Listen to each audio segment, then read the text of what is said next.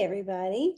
I've got another tip for you, and I am here in Emerson. I guess you can't see the back. I just realized I'm on like this fuzzy thing in the back, but this is our little recording studio that you are welcome to attend. I've got a ring light above me, as you can see in my glasses, probably my eyes once I take them off.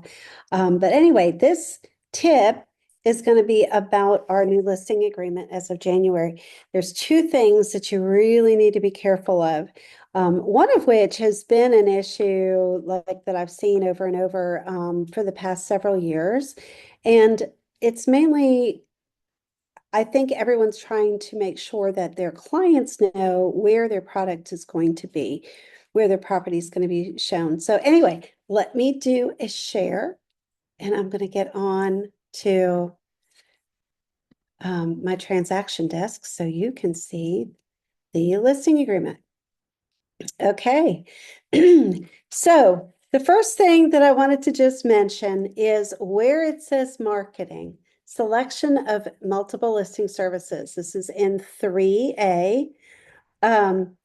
Multiple listing services are FMLS, Georgia MLS, maybe Navica, Northeast Georgia MLS, Dalton MLS.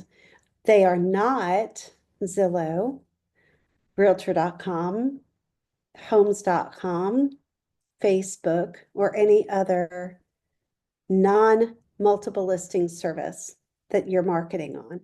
If you want to mention, which I'm sure this is where this came up, is that people want to mention like all these places that you're going to be putting their listing and where it's going to syndicate to. You can always list that out at the end of the listing agreement under, I'll just scroll down to the very, very bottom, at the very bottom in the special stipulations, and just say all parties agree that listing will also syndicate to Realtor.com, Zillow.com, Homes.com, Redfin, I mean, all of them, the brokers IDX website, all brokers IDX websites, and there may be more, or and more, exclamation point, something like that, so that your sellers know that it is going to be syndicated out. But Zillow and Realtor.com and those kind of things, they are not MLSs. So I just wanted to point that out because I've seen it on several different listing agreements we've received over the last year or so. And not a huge deal, but it's just not accurate information. We want to make sure that they don't think, well, if Facebook is an MLS, well, then we could just put it on Facebook ourselves.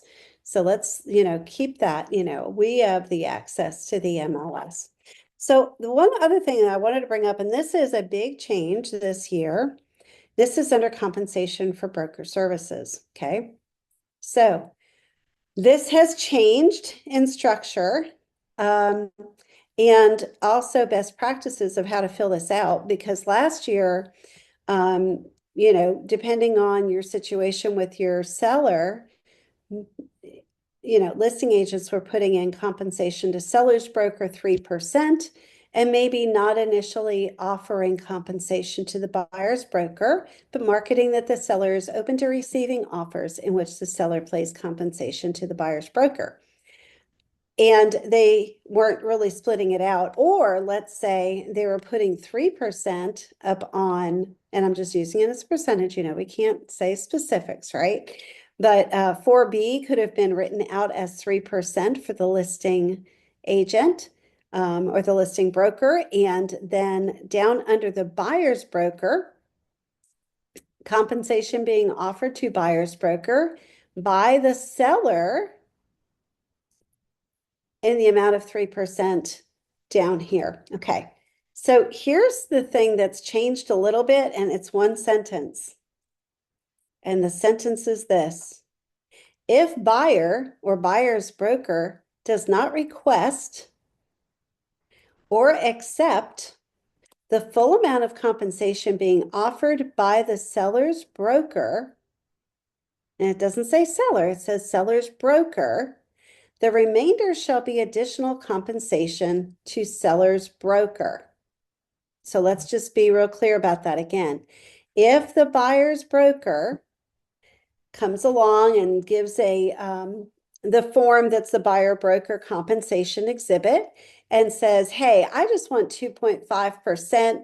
We just want to make this a really good deal for your seller. We know that we're up against other offers and we're trying to negotiate wherever we can negotiate well.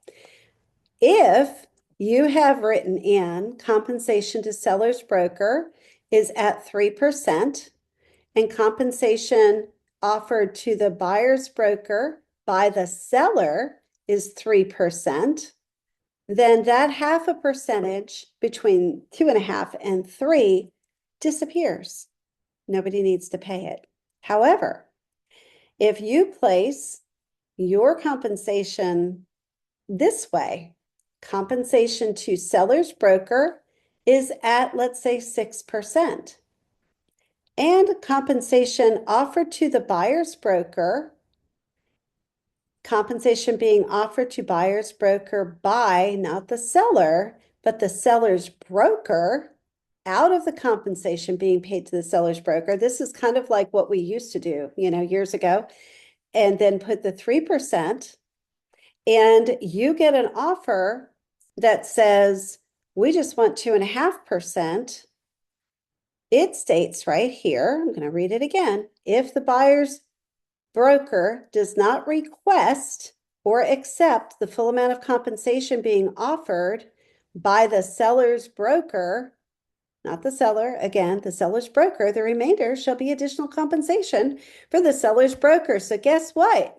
You just earned yourself a 0.5% and you end up with 3.5%. So just a little tidbit there, be very, very careful how you read this language because that sentence was not there last year. And so the way that you negotiated would have been a little bit different. But if you want to make sure that you end up with the balance, this is what you would do. So for instance, I just happened to review and instructions to closing attorney that apparently was done incorrectly. It will now be saying 7% to match the listing agreement. According to the broker, listing agreement said 7% compensation to the seller's broker, and that they were sharing out of the compensation being paid to the seller's broker 2%. Okay. Is that fair? No, they're getting 5% and the buyer's broker is getting 2%. But it can be negotiated that way. That is completely up to you. How you negotiate it. You and the seller are the ones to negotiate that. The buyer and the buyer's broker is the one to negotiate that. So the buyer is probably paying, in fact, I believe they are paying 1% in addition to their closing costs and their down payment, if they have all that, which I didn't look at the contract to see, but if they are paying those things, they're also paying 1% commission to their buyer's broker. So that's a little different, right? Because if that would have said 7% up here, but the seller is paying 2% down here, then that seller would have ended up paying 9%. So make sure that you're doing your additions and subtractions accurately when you're filling these out. And I hope that tip helps you. I hope maybe it'll make somebody some more money somewhere. I'm not sure.